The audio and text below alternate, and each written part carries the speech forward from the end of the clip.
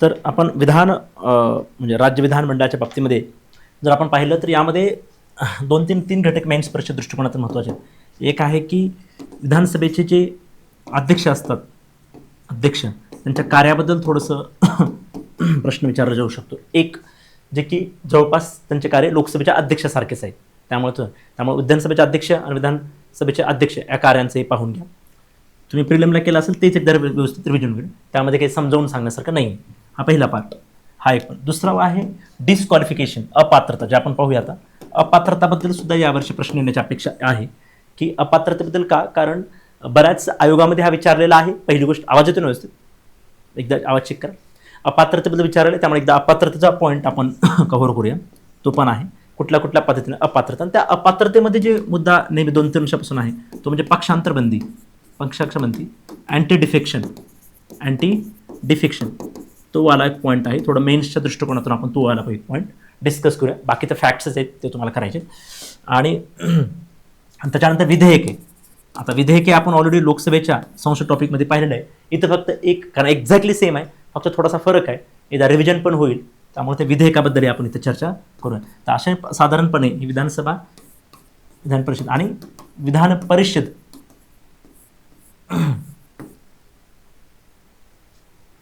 त्याच्यामध्ये कोण कोण येतं आणि त्याचा काय रोल आहे, त्याचं काही वेगळं सिग्निफिकन्स आहे का, त्याचा काही वेगळा रोल आहे का, तर ते त्या अनुषंगाने आपल्याला पाहायचं.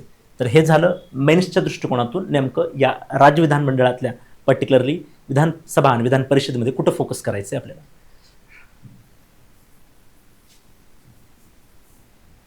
त्यातला एक पहिला पॉईंट जसं म्हटलं मी, अपात्रता. कलम 191 चालू होतं ते, बरोबर आहे.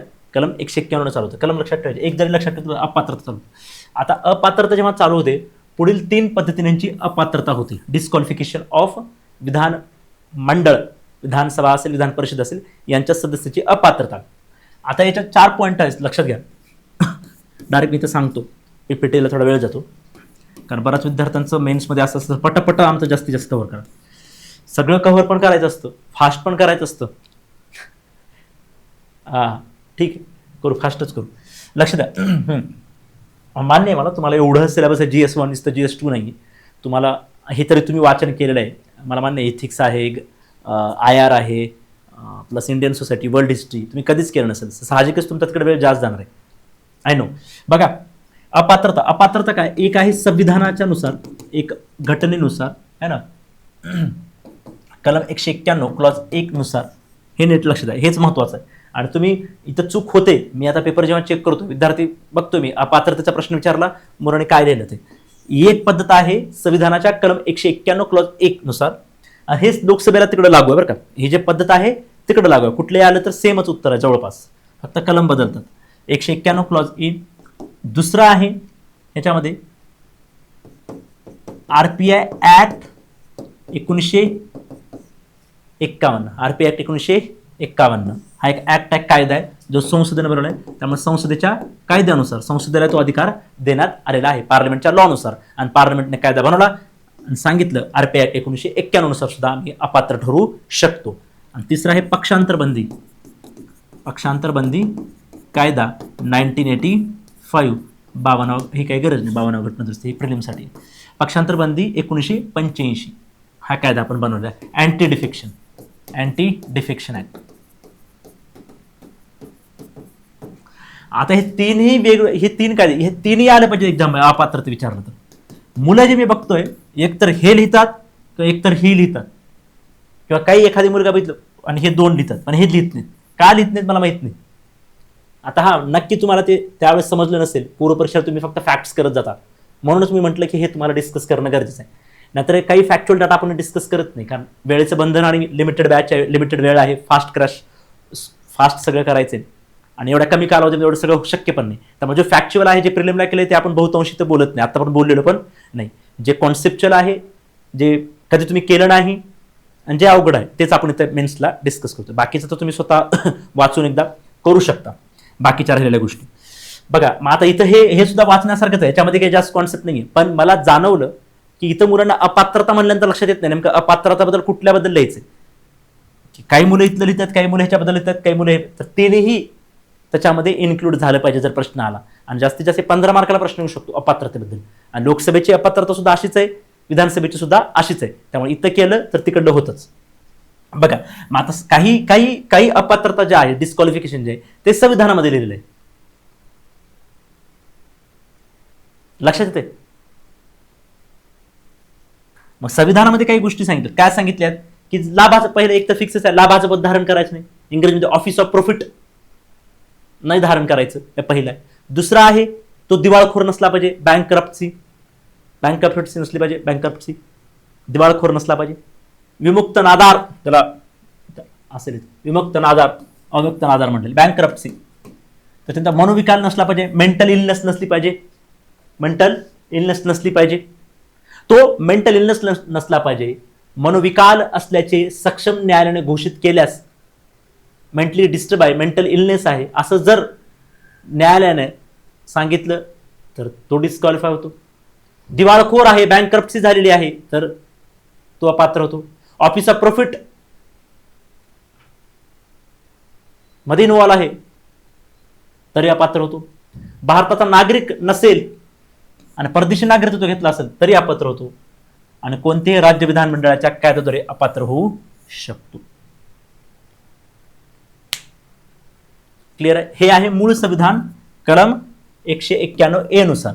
आता असंच लिहायचं, एवढेच पास लिहायचं. कलम 191 क्लॉज 1 नुसार हे आहेत अपात्रतेचे. हे झालं. आता दुसरा आहे संसदीय कायदा RP 1991 अन्वये दुसरे अपात्रता ठरवण्यासाठी हा कायदा आलेला आहे. आता या कायद्यानुसार अपात्रता मग त्याच्यामध्ये आहे तुम्ही भ्रष्टाचार केला असेल, तुम्ही हुंडाबळीसाठी शिक्षा झाली असेल, तुम्ही सतीप्रथा पाळली त्यासाठी शिक्षा झाली असेल, तुम्ही अस्पृश्यता पाळली त्यासाठी शिक्षा झाली असेल, तुम्ही वेळेवर इलेक्शनचे जे खर्च झाला त्याचे अकाउंट्स इलेक्शन कमिशनला दिले नसेल, म्हणजे वेळेवर निवडणूक लेखे तुम्ही सादर केले नसेल, निवडणुकाबद्दल तुम्ही काही गुन्हा केला असेल, कोणत्याही गुन्ह्यासाठी तुम्हाला 2 वर्षापेक्षा जास्त शिक्षा झाली असेल. लक्षात येते. तर या सगळे जे आहेत गुन्हे मी आता डिस्कस केले हे RP ऍक्ट 1951 नुसार लिहायचे. सरसकट कसलेच नाही, वर स्पष्ट आले पाहिजे. RP ऍक्ट 1991 नुसार या संसदीय कायद्याद्वारे खालील बाबतीत सदस्य अपात्र होतो. त्यामध्ये लिहायचं पहिल्यांदा की निवडणूक लेखी वेळेवर सादर न करणे, 2 वर्षासाठी आम्हाला तुरुंगवास भोगावा लागलेला आहे, आम्ही अस्पृश्यता पाळल्यामुळे आम्हाला शिक्षा झालेली आहे, आम्ही हुंडाबळी पाळल्यामुळे आम्हाला शिक्षा झालेली आहे, आम्ही भ्रष्टाचारासाठी आम्हाला शिक्षा झालेली आहे. लक्षात येते. किंवा कोणत्याही सरकारी कंपनीमध्ये आमचे सरकारी कंपनीमध्ये आम्ही फायदा उचललेला असल्यास सुद्धा शिक्षा होते. ज्या कंपनीमध्ये 25% पेक्षा जास्त शेअर्स आहेत सरकारचे, तिथं तुम्ही एखादी संचालक पद म्हणून फायदा घेतलेला आहे, तिथं सुद्धा तुम्ही अपात्र ठरू शकता. बघा इथं निवडणूकविषयक गुन्ह्याबद्दल वेळेवर निवडणूक लेखी इलेक्शन अकाउंट सादर न केल्यास, कोणत्या गुन्ह्यासाठी 2 वर्षापेक्षा जास्त तुरुंगवास झाल्यास, कोणत्या सरकारी निविदा कामे सेवांमध्ये हितसंबंधी असल्याचे सिद्ध झाल्यास, 25% पेक्षा अधिक सरकारी भागीदार असलेल्या कंपनीमध्ये संचालक व्यवस्थापक म्हणून किंवा लाभाची पदधारक केल्यास, सरकारी सेवेतून काढून टाकले असल्यास, भ्रष्टाचार, देशाप्रती बेईमानी या कारणामुळे, अस्पृश्यता, हुंडा, सती यासारख्या सामाजिक गुन्ह्यांचा प्रचार व आचरणासाठी सजा. हेच आपण जे बोललो ते सगळं बरोबर आहे. तर हे कुणानुसार आहेत? हे आता 8 आहेत. 5-6 जरी लिहिले तर इनफ आहेत, 6 तरी आले पाहिजेत. 8 केल्यानंतर येतात लक्षात, एवढं काळजी करायची गरज नाही, सोपंच आहे. हुंडा, अस्पृश्यता या सामाजिक गुन्ह्यामध्ये शिक्षा झाली, भ्रष्टाचारासाठी शिक्षा झाली, सरकारी सेवेमधून पाय उतार व्हावा लागला असेल भ्रष्टाचार केल्यामुळं, करू नका तुम्ही. नाही तर 25% जास्त ज्या ठिकाणी सरकारची भागीदारी आहे, सरकारचे शेअर्स आहेत, तिथं एकच संचालक पद आहे, व्यवस्थापक पद आहे, आणि तिथं काही लाभाचं पद तुम्ही धारण केलं असेल तिथूनही होता. किंवा इलेक्शनसाठी निवडणुकीसाठी काही गुन्हा तुम्ही केला असेल, तो सिद्ध झाला असेल तर, किंवा कोणत्याही गुन्ह्यासाठी 2 पेक्षा जास्त वर्ष तुरुंगवास भोगावा लागला असेल तर, निवडणूक लेखी वेळेवर सादर नाही केले तर हे 8 आहेत, सोपे आहेत. तर हे पण स्पेसिफिक महत्वाचं काय आहे इथं, हे लिहितील सगळेच मुलं लिहितात. पूर्वपरीक्षाला केलेच ना तुम्ही, प्रिलिमला वाचलेले, परत एकदा वाचलं की लक्षात येऊन जातं. महत्वाचं काय मग याच्यामध्ये, RP ऍक्ट 1991 हेडलाईन देऊन हे कारण अपात्रतेचे. संविधान 191 चे अपात्रतेचे कारण वेगळे होते. तो मेंटल इलनेस आहे, बँकरप्सी झालेली आहे, बरोबर आहे, त्याने भारताचं नागरिकत्व सोडलेलं आहे, ऑफिस ऑफ प्रॉफिट लाभांशबद्दल हे स्पष्ट तिथं लिहिलं होतं ते 4-5 कारण. आणि आरपी ऍक्टचे हे 7-8 कारण. आता तिसरा आहे पक्षांतर बंदी कायदा 1985 नुसार सुद्धा सदस्य अपात्र ठरतो.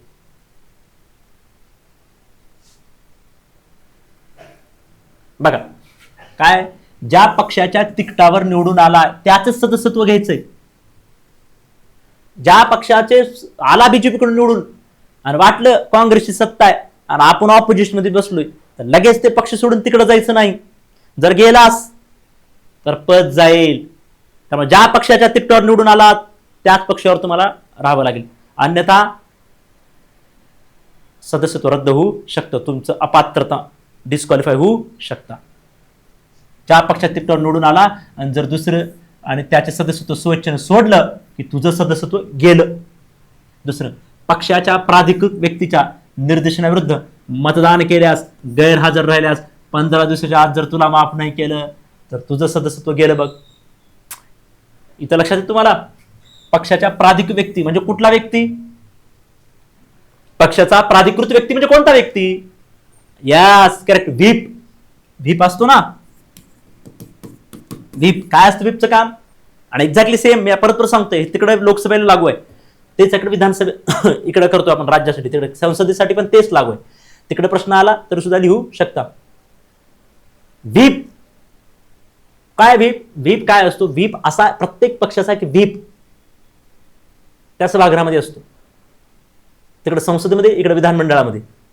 काय काम असतं? प्रत्येक पक्षाचा व्हीप हा आपल्या सदस्यांना, आपापल्या पक्षातील सदस्यांना दिशानिर्देश करत असतो, रिकमेंडेशन करत असतो, काही सूचना करत असतो. आणि त्या दिशेनुसार, त्या दिशानिर्देशानुसार, त्या डायरेक्शननुसार, त्यांच्या सांगण्यानुसार त्या सदस्याने मतदान करायचं असेल, मत मांडायचं असेल, कोणती कृती करायचं असेल किंवा कशा पद्धतीने तिथे वागणूक ठेवली पाहिजे सभागृहामध्ये, यासाठी हे व्हीप दिशानिर्देश करत असतो. आणि त्याच्या दिशानिर्देशानुसार, त्याच्या सांगण्यानुसारच त्या पक्षाच्या सदस्यांनी त्या सभागृहामध्ये आपली वागणूक, आपलं वर्तणूक, आपलं मतदान व्हीपच्या सांगण्यानुसारच करावं लागतं. अन्यथा नाही केल्यास, त्याच्यावर अँटी डिफेक्शन नाही केल्यास, 15 दिवसात जर माफ नाही केलं तर त्याचं सदस्यत्व रद्द होतं. त्यामुळे पक्षाच्या या व्हीपच्या निर्देशनाविरुद्ध जर त्या सभागृहातील सदस्याने काम केलं, आपापल्या पक्षातील व्हीपच्या सांगण्यानुसार जर सदस्यांनी मतदान नाही केलं, सांगण्यानुसार कृती नाही केली, आणि जर त्या व्हीपनं 15 दिवसाच्या आत तुम्हाला माफ नाही केलं तर तुमचं सदस्यत्व अपात्र झालात, तुम्ही अपात्र झालात, तुम्ही डिस्क्वालिफाय झालात, तुमचं सदस्यत्व गेलं. म्हणजे बघा व्हीपची पॉवर. व्हीपच्या सांगण्यानुसारच तुम्हाला राहावं लागेल, अन्यथा तुमचं सदस्यत्व जाऊ शकतं. ठीक आहे सर, स्वतःहून पक्ष सोडला सदस्यत्व जाऊ शकतं. झालं, हे झालं पक्षाबद्दल. ज्या पक्षातून निवडून आलात त्याच पक्षात राहा, त्या पक्षातून निवडून आलात त्याच पक्षात राहा, त्या पक्षाच्या व्हीपच्या म्हणण्यानुसारच राहा, नसेल तर सदस्यत्व जातं. हे झालं पक्षाच्या बाबतीत. काही व्यक्ती अपक्ष म्हणून निवडून येतात, कोणत्याही पक्षाचं चिन्ह त्यांना नसतं, त्या पक्षाचं त्यांच्याकडे चिन्ह नसतं, एका विशिष्ट राष्ट्रीय पक्षाचं त्यांच्याकडे काही नाव नसतं, त्याच्याकडे पक्षच नसतो, म्हणून ते अपक्ष म्हणून निवडून येतात. आणि जेव्हा अपक्ष म्हणून सुद्धा लोकांनी निवडून दिले, जर अपक्ष म्हणून निवडून आलास आणि जर कोणत्या पक्षाचा स्वीकार केलास, कोणत्या पक्षाचा स्वीकार केला तर तुझंही सदस्यत्व जातं. आणि तिसरं आहे, हे पक्षाबद्दल झालं, हे अपक्षाच्या व्यक्तीबद्दल झालं. काही व्यक्ती नाम निर्देशित असतात, असत ना काही. अगोदर लोकसभेत पण असायचं, आता राहिलेला नाही. राज्यसभेत आहेत आता 12 लोक, आणि इथं सुद्धा आहेत. कुठे? विधानसभेत एक विधानसभेत नाही, आता विधान परिषदेमध्ये आहेत. राज्यपाल करतात ना 1/6, ते पण असू द्या. विधान परिषद कसे कसे लोक येतात, प्रिलिमला केले, परत एकदा वाचून घ्या विधान परिषदेतले कसे लोक निवडून येतात, ते पण एक माहीत पाहिजे, इम्पॉर्टंट आहे. तर नाम निर्देशित सदस्य, हे जे नाम निर्देशित सदस्य असतात, नाम निर्देशित सदस्य असतात, राज्यपाल जे निवडतो इथे आणि तिकडे राष्ट्रपती निवडतो, त्यांना सुद्धा काही बंधन आहेत. नाहीतर त्यांच्यावर सुद्धा पक्षांतर बंदी कायदा लागू होतो आणि ते सुद्धा अपात्र ठरू शकतात. काय सांगितलं त्यांना? त्यांना म्हणजे तुम्ही जर 6 महिन्याच्या आत एखाद्या पक्षाचा स्वीकार केलात, 6 महिन्याच्या नंतर एखाद्या पक्षाचा जर तुम्ही स्वीकार केलात तर तुमचंही सदस्यत्व जातं. म्हणजे थोडक्यात काय, हे 191(2) नुसार हे पक्षांतराच्या कारणावरून अपात्र तुम्ही ठरवलं जाता. पक्षांतराच्या कारणावरून अपात्र ठरू शकता. पक्षांतर बांधी 1985 नुसार म्हणून लिहायचं नाही. 4 पॉईंट लिहायचे. पहिला पॉईंट लिहायचा, ज्या पक्षात निवडून आला त्या पक्षात राहा. जर दुसरा पक्ष स्वीकारला स्वच्छेनं शब्द लक्षात ठेवायचा, स्वच्छेनं जबरदस्त स्वच्छेनं जर सोडला आणि दुसऱ्या पक्षात गेलास, तुझं सदस्यत्व गेलं. पक्ष आपापल्या पक्षाच्या व्हीप नुसार काम करायचं, अन्यथा त्या पक्षाच्या व्हीपनं 15 दिवसाच्या आत तुला माफ नाही केलं तर तुझं सदस्यत्व गेलं. अपक्ष म्हणून निवडून आलास तर अपक्षातच राहा, पक्ष स्वीकारलास सदस्यत्व गेलं. नाम निर्देशित म्हणून आलास आणि 6 महिन्यानंतर जर दुसरा पक्ष स्वीकारला, तुझं सदस्यत्व गेलं. तर हे कशा पद्धतीने अपात्र होऊ शकतो, कशा पद्धतीने तुझं सदस्यत्व जाऊ शकतं, हे पक्षांतर बंदी कायदा 1985 मध्ये सांगितलेलं आहे. हे पण लक्षात ठेवा, हे पण उत्तरामध्ये लिहिलं गरजेचं आहे. आता याच्यावर एक प्रश्न अजून एक निर्माण होतो, खास करून मुख्यसाठी. तुम्ही कदाचित तो पूर्वमध्ये केला नाही, त्यामुळे इथं सांगणं माझं कर्तव्य आहे. पक्षांतर बंदी कायदा कशासाठी केला गेला मुळात? पक्षांतर बंदी कायदा मुळात कशासाठी केला गेला? त्याच्या अगोदर अजून एक ह्याच्यामध्ये पॉइंट असतो की एक कलम 191 संविधानानुसार अपात्रता डिस्क्वालिफिकेशन बद्दल बोलतोय आपण. एक आहे संविधान ॲज पर द कॉन्स्टिट्यूशन,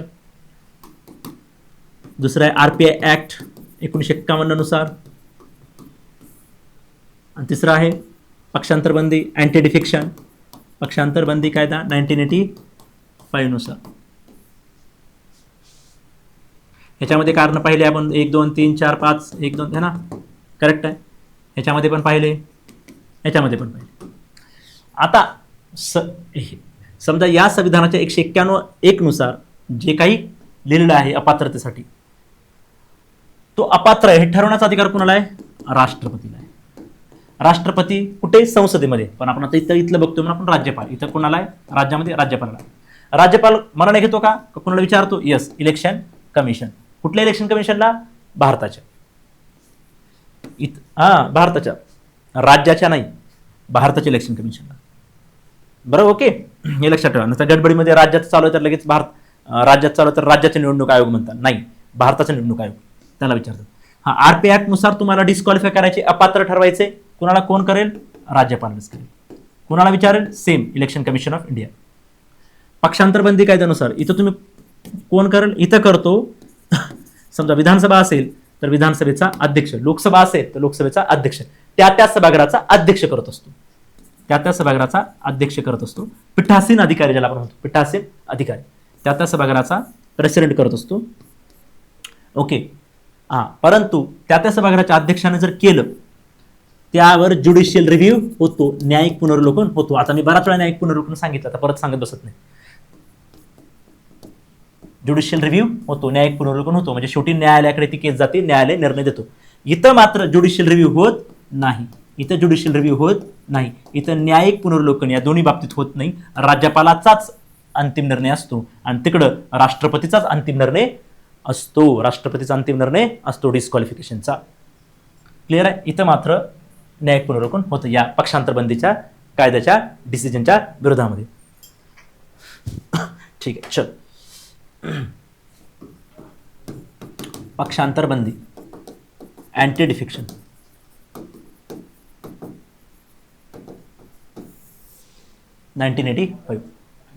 आता पक्षांतर बंदी 1985 पहिल्यांदा लक्षात घ्या. हा कायदा कशासाठी आणला हे पहिल्यांदा लक्षात घ्या. आणि ह्या कायद्यावर क्रिटिसिझम काय आहे हे त्याचा दुसरा प्रश्न आहे. त्यामुळे हा 10 मार्काचा प्रश्न सरळ मेन्स, आपली जी पहिली राज्यसेवेची मेन्स आहे त्यामध्ये येऊ शकतो. बघा, आता वेळ जाणार नाही आपला, एक लक्ष द्या. सगळे पॉईंट्स मी ऑलरेडी लिहिलेत, कारण आता शेवटचे लेक्चर आहे ते, तुमचा वेळ खूप महत्त्वाचा आहे. डायरेक्ट मी एक्सप्लेन करतो. पहिल्यांदा कॉन्सेप्ट समजून घ्या, माझी इच्छा आहे. बाकी पॉईंट्स तुम्हाला इथं आहेत आणि प्लस याची एक स्मॉल 1-2 पेजचे नोट्स पण मी तुम्हाला लवकरच द्यायला सांगतो. मला माझी इच्छा फक्त समजून घ्या. एकदा समजून घेतलं ना तर हे तुम्हाला लगेच लक्षात येईल, नाहीतर मग पाठ करत बसावं लागेल. आणि ती माझी इच्छा नाही. पूर्ण लेक्चर आपण कसे घेतलेत फॅक्च्युअल डाटा मी तुम्हाला इथे कधीच सांगितलं नाही, ते तुम्ही स्वतः करू शकता, तुम्ही करा. आणि जे कॉन्सेप्च्युअल आहे त्याच्यावर मी भर देऊ तुम्हाला इथे शिकवले. तोच पॅटर्न राहील माझा समजून घेण्यावर. आता पक्षांतर बंदीसाठी सुद्धा बघा की मूळ पक्षांतर बंदी आपण 1985ला 52 घटनादुरुस्ती आणली की सांगितलं पक्षांतर करू नका. हे का सांगितलं माहिती आहे का? याच्यावर 2-3 कारणं. एक आयाराम आणि गयाराम नावाची संकल्पना थांबवायची होती है ना. म्हणजे आयाराम आणि गयाराम नावाची संकल्पना, म्हणजे बरेच लोक काय करायचे यूपी, बिहार, हरियाणामध्ये असं घडायला लागलं होतं की नेहमी ते पक्ष बदलायचे, यायचे निवडून बीजेपीच्या नावानं, एक्झाम्पल देतोय, आणि जायचं काँग्रेसमध्ये. का? कारण काँग्रेस सत्तेमध्ये आहे, बीजेपीमध्ये राहून फायदा नाही, तर आपण काँग्रेसकडे जाऊ. पक्ष बदलत राहायचे. मग त्या पक्षामध्ये समजा का जायचे? कारण बीजेपी सत्तेमध्ये नाही, इतर राहून काय फायदा, चला मग काँग्रेसमध्ये जाऊन बसा. असंही करायचे. काही वेळा असं व्हायचं सत्तेचा फायदा घेण्यासाठी, बराच वेळा असंही व्हायचं की काँग्रेसमध्ये आहात, सत्तेमध्ये आहे काँग्रेस, पण तुम्हाला पद नाही. त्यामुळे इथले काही लोक काय करायचे, ते म्हणतात बीजेपी आम्ही तुमच्याकडे यावं का, आणि जर आलो तर तुमची सत्ता येऊ शकते, परंतु आल्यास आम्हाला काय करा, मंत्री बनवा. हे लोक इकडे यायचे. मग ह्यांची मेजॉरिटी झाली, इकडे बरेच लोक असे यायचे, बीजेपीची मेजॉरिटी व्हायची, बीजेपीकडे जास्त सीट्स झाल्या, मग बीजेपी सत्तेमध्ये आली, बीजेपी पॉवरमध्ये आली, बीजेपीचे सरकार बनलं, आणि ह्या लोकांना काय झालं, मग मंत्रिपद मिळालं.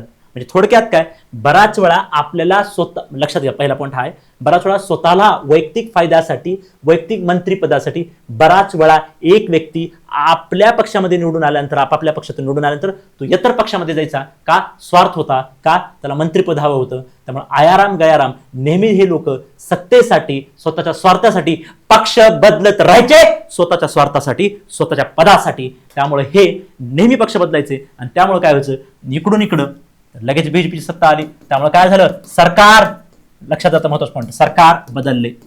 आता सरकार बदलली की विचारधारा बदलली, विचार बदलले की माणसं बदलले, सिस्टीम बदलली, प्रशासकीय अधिकारी बदलले, नियुक्त्या बदलल्या, बडतर्फी झाल्या, काही लोकांनी इकडे बोलवलं, काही लोकांनी तिकडे बोलवलं. परत हे सगळं काय झालं, डिस्टर्ब झालं. पूर्ण सिस्टीम कशी झाली, डिस्टर्ब होते. पूर्ण व्यवस्था काय होते, डिस्टर्ब होते. आणि त्यामुळं काय होतं, वेळ खर्च जातो. आता बदल्यामध्येच, नियुक्त्यामध्येच वेळ चाललाय. कामं कधी करायचे, जे पूर्वीच्या सरकारच्या कामं चालू होते, उदाहरणामध्ये काँग्रेसने काही कामं चालू केली होती, कामं झाली होती, पॉलिसी बनली होती, योजना बनली होती, अंमलबजावणी चालू झाली होती, आणि सरकार बदललं, काही लोक इकडे गेले, आणि ह्यांचं सरकार आलं, ते म्हणले योजनाच बंद, हे कार्यक्रमाच बंद. अरे अरे अरे, अगोदर एवढा वेळ गेला, एवढा विचार केला असेल काँग्रेसनं, की काँग्रेसच्या अधिकाऱ्यांनी त्यावेळेस किती वेळ लागला असेल एखादी पॉलिसी बनवायला, परत त्याची अंमलबजावणी सुरू झाली असेल, किती खर्च झाला असेल अंमलबजावणीला, किती वेळ गेला, म्हणजे वेळही वाया गेला, खर्च वाया गेला. आणि शेवटी सांगितलं बीजेपीनं की आम्ही नवीन योजना आणतोय. मग परत नवीन अधिकारी बोलवले. आता नवीन अधिकारी विचार करायला लागले, परत त्यांनी महिना घातला, परत त्यांनी सर्वे केला, अनेक योजना बनवली, परत त्यासाठी बजेट मांडलं, पैसा मंजूर करून घेतला, आणि तरी पण चालू केलं. 100 करोड मंजूर झाले, 15 करोड खर्च झाले. आता योजना लोकांना भेटणार, लोकांना वाटलं आता तरी योजना आमच्यापर्यंत येणार, जनतेसाठी ही सरकार आलेलं असतं, सरकार लोकांच्या कल्याणासाठी आलेलं असतं. आता लोकांना वाटलं की आता तरी ठीक आहे, स्थिर सरकार चालू आहे, आता आम्हाला पैसे भेटणार, आणि पैसे भेटणार. त्या दिवशी सरकार बदललं, काही लोक काय केली, बीजेपीची काँग्रेसकडे गेली,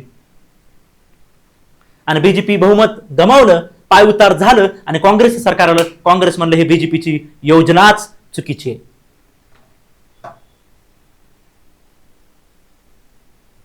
काय करायचं?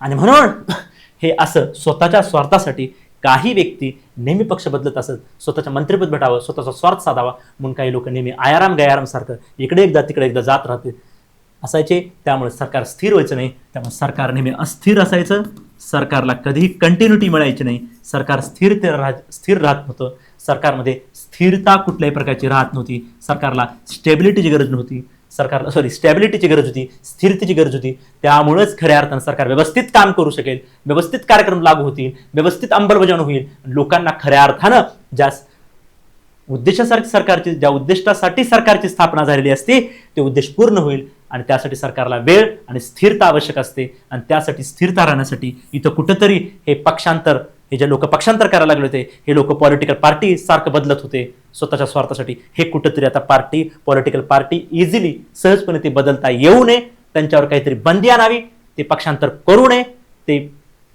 पॉलिटिकल पार्टी बदलू नये, यासाठी त्यांच्यावर बंदी आणणं गरजेचं होती. आणि म्हणून ह्या स्थिरतेसाठी हा खर्च होऊ नये या सगळ्या कारणासाठी आपल्याला पक्षांतर बंदीची अँटी डिफेक्शनची गरज वाटली आणि आपण आणला कशासाठी की आयाराम गैरामची संकल्पना बंद व्हावी. आणला कशासाठी बराच वेळा काय व्हायचं, बराच वेळा असंही व्हायचं की समजा बीजेपीची सत्ता आहे तर बीजेपीची सत्ता आहे तर बरेच लोक म्हणायचे काँग्रेसची तुम्ही आमच्याकडे या, तुम्ही जर आमच्याकडे आलात तर आमच्याकडे मेजॉरिटी होईल, त्यासाठी ते त्यांना पैसे द्यायचे, आणि मग त्यामुळे इथे सगळा काय भ्रष्टाचार सुद्धा व्हायचा. हॉर्स ट्रेडिंग, घोडे बाजार. हॉर्स ट्रेडिंग म्हणजे काय, इकडे लोक तिकडे जाणे, पैशाचा वापर होणं, भ्रष्टाचार वाढणं होणं. त्यामुळे इकडे त्याला एक शब्द दिला गेला, घोडे बाजार, हॉर्स ट्रेडिंग होणं. ऐका, नोट्स दिलेच मी तुम्हाला, 2-4 दिवसात येऊन जाईल तुमच्या ग्रुपवरती या अँटी डिफेक्शनच्या, तर ऐकून घ्या. त्यामुळे हॉर्स ट्रेडिंग व्हायचे, घोडे बाजार व्हायचा. आणि खऱ्या अर्थाने लोकशाही कुठे गेली, पैशासाठी तुम्ही पक्ष बदलताय. त्यामुळे ही स्थिरता प्राप्त झाली पाहिजे, हा भ्रष्टाचार रोखला गेला पाहिजे, ही आयाराम गैरामची संकल्पना बंद झाली पाहिजे आणि सरकारला व्यवस्थितपणे काम करता आलं पाहिजे. योजना कंटिन्यू राहिली पाहिजे, योजनेची अंमलबजावणी व्यवस्थित झाली पाहिजे, सरकार एक विशिष्ट काळासाठी त्याने काम केलं पाहिजे. या सगळ्यांसाठी सरकारला स्थिरता प्राप्त व्हावी, सगळ्यांसाठी आपण पक्षांतर बंदी आणणं गरजेचं होतं. आणि म्हणून आपण पक्षांतर बंदी 1985ला 52व्या घटना दुरुस्तीमध्ये 10th शेड्यूल 10व्या परिशिष्टामध्ये आपण त्याचा अंतर्भूत केली आणि सांगितलं. आणि मग आपण पाहिलं पक्षांतर बंदीमध्ये सांगितलं की आता तू जर पक्षांतर केलं तर तुझं सदस्यत्व जाईल सांगितलं. आणि मग पहिलं वाक्य आपण लिहिलं, काय लिहिलं, जर एखाद्याने स्वेच्छेने आपल्या पक्षाचा राजीनामा जर दिला, पक्ष बदलून दुसऱ्या पक्षात गेलास की तुझं सदस्यत्व रद्द होईल, असं स्पष्टपणे सांगितलं. अपक्ष निवडून आला असं दुसऱ्या पक्षात गेलास सत्तेसाठी, स्वार्थासाठी, तुझं सदस्यत्व गेलं. व्हीपच्या म्हणण्यानुसार काम कर, आपापल्या पक्षाच्या म्हणण्यानुसार काम कर, नाहीतर तुझं सदस्यत्व गेलं. नामनिर्देशित सदस्य म्हणून आलात आणि 6 महिन्यानंतर जर सदस्यत्व दुसऱ्या पक्षाचं घेतलं, सदस्यत्व गेलं. असे आपण काही नियम बनवले की पक्षांतर होऊ नये, सरकार स्थिर राहावं, हॉर्स ट्रेडिंग होऊ नये, भ्रष्टाचार कमी व्हावा, यासाठी आपण पक्षांतर बंदी कायदा आणला. हे झालं आणण्यामागचं कारण की सरकारला स्थिरता मिळावी, पक्षांतर लोकांनी करू नये, आपापल्या आपापल्या विचारधारेशी राहावं आणि लोकांचा सन्मान व्हावा. हा एक पॉईंट आहे, लोकांच्या मतदानाचा सन्मान. कारण लोकांनी तुम्हाला निवडून दिले, तुम्हाला तुमच्या पक्षाला निवडून दिले. मी वोट देताना तुला आणि काँग्रेसला म्हणून मत दिलं होतं, तू काँग्रेसचा आहेस म्हणून सुद्धा काही लोक वोट देत असतात. आणि उद्या चालून तू तुझ्या स्वार्थासाठी जर बीजेपीकडे जात असतील, बीजेपीची विचारधारा घेत असतील, तर लोकांनी केलेल्या मताचा सुद्धा अपमान आहे. आणि लोकांच्या केलेल्या मताचा अपमान म्हणजे लोकशाहीचा अपमान आहे, हे लिहा.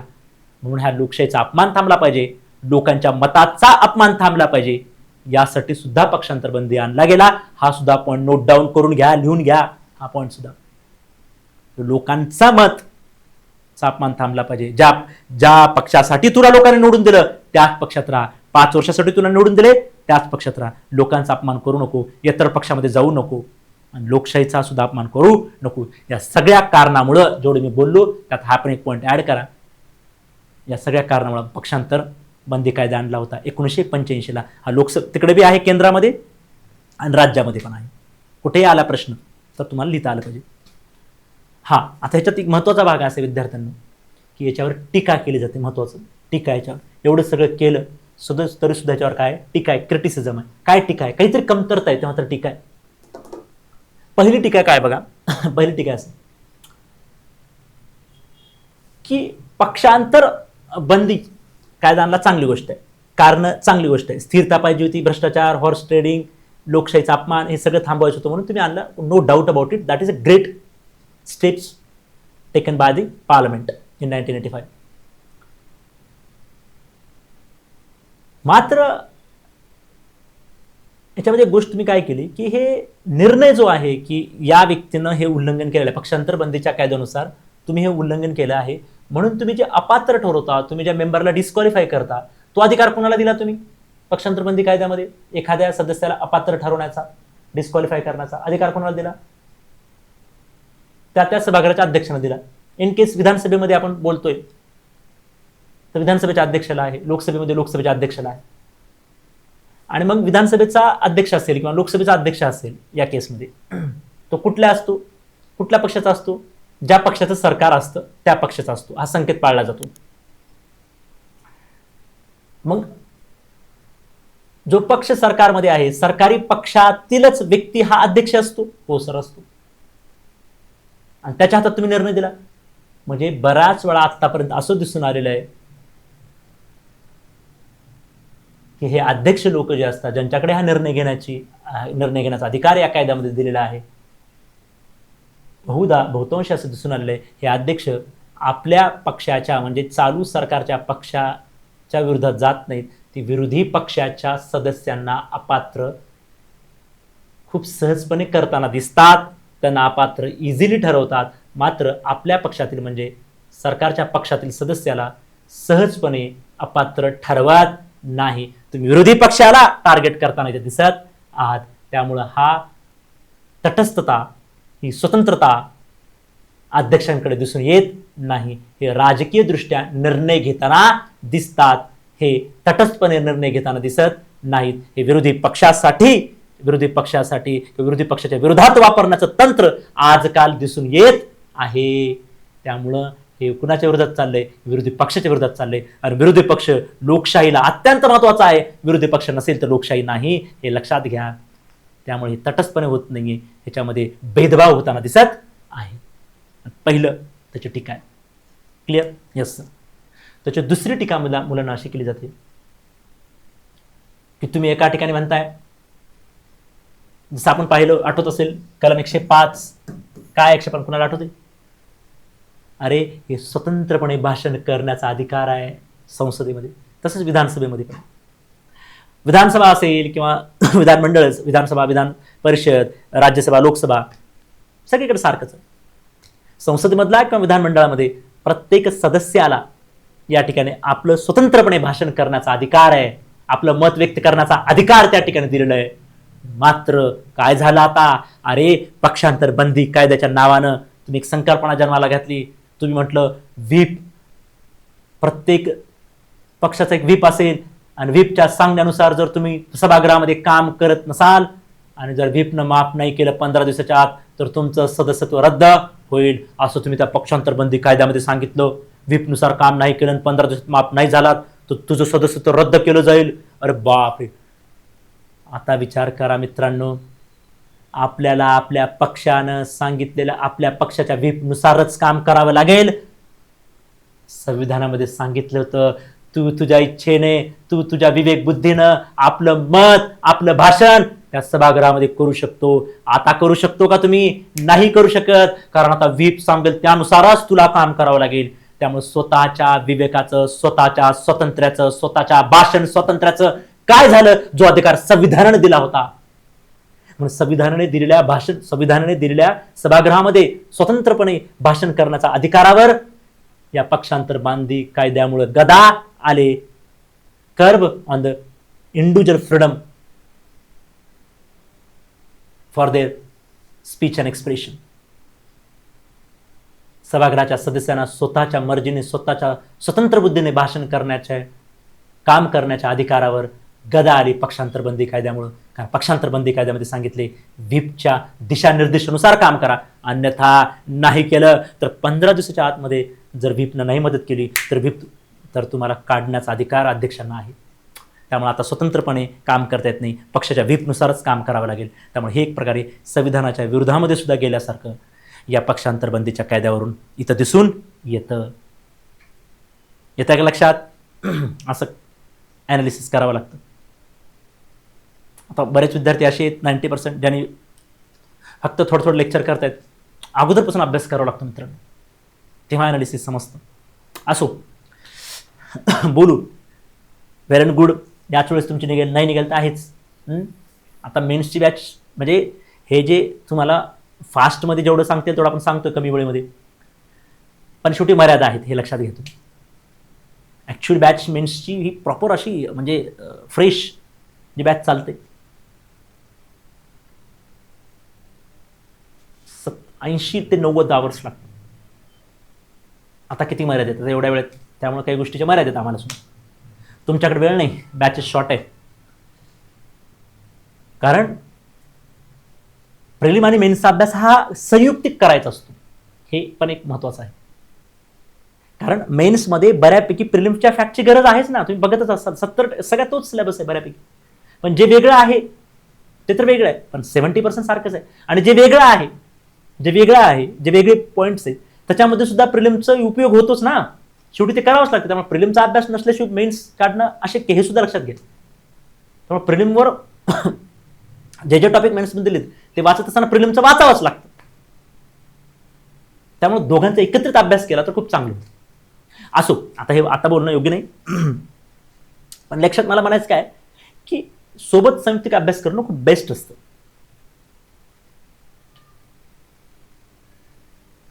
येते लक्षात? इथपर्यंत क्लिअर आहे तुम्हाला?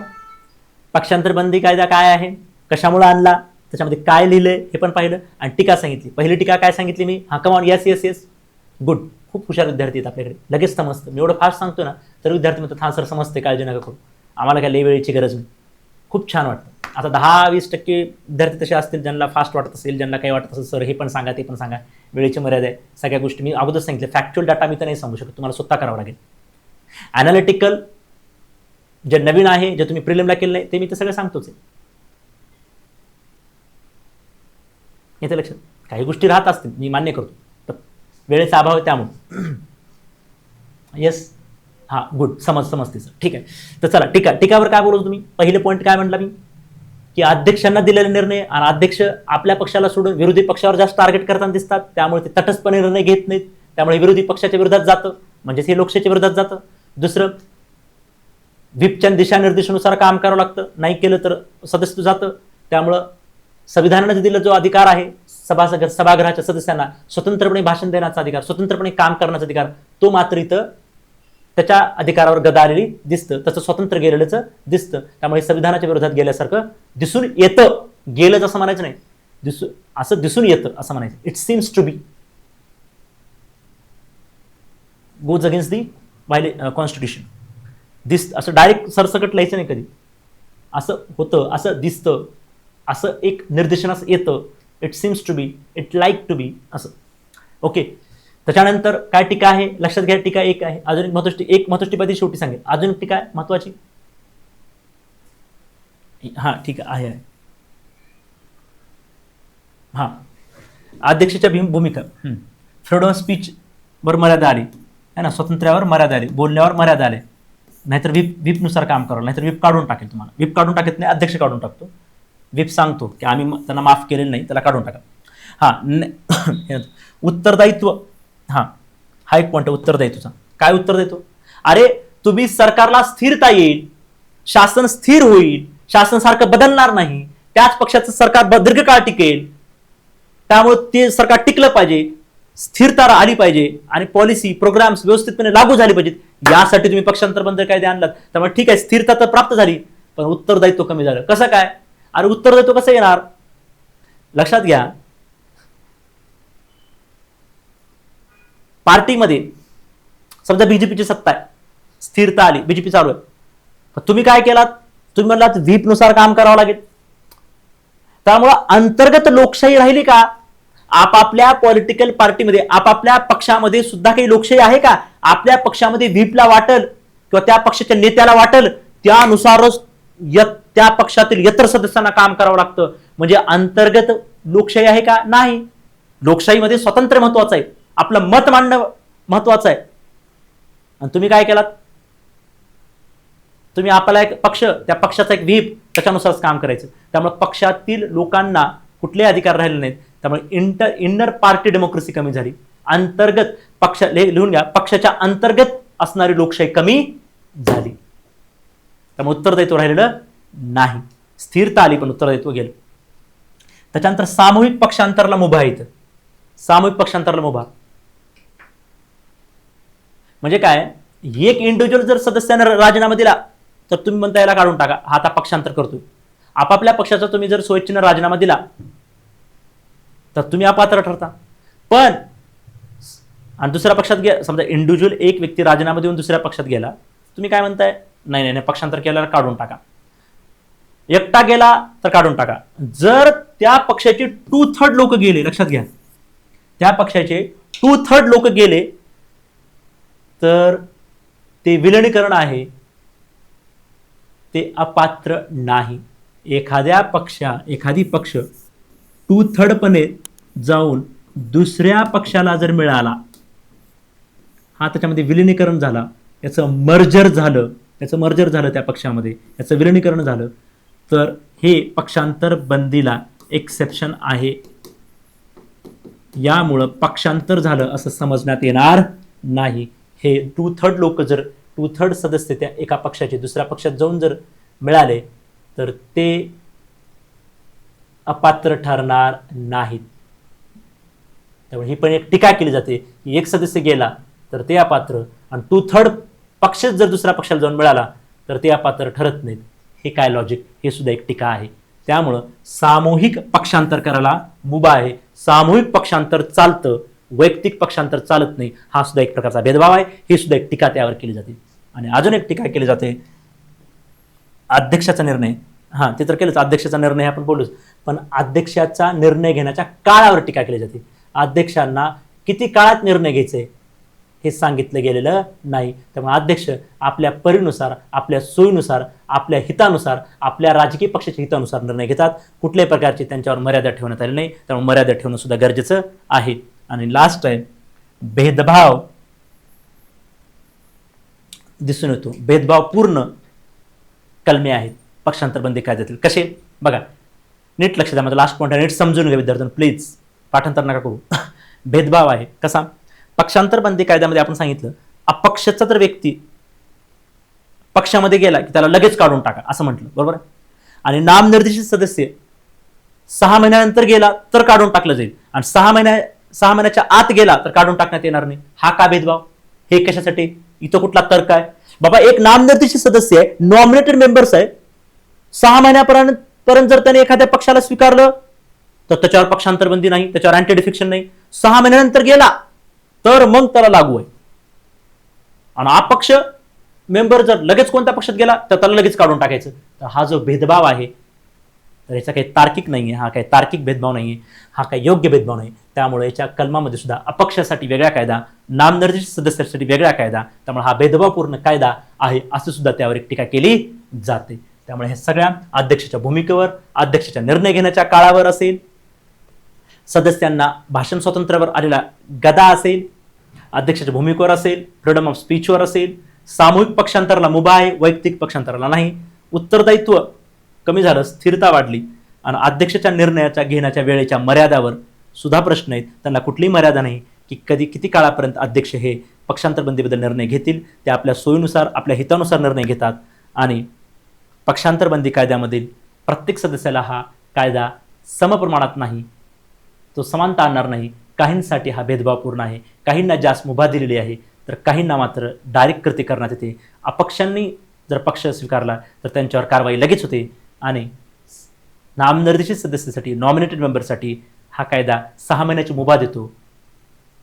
तर हा भेदभावपूर्ण का? हा भेदभावपूर्ण कायदा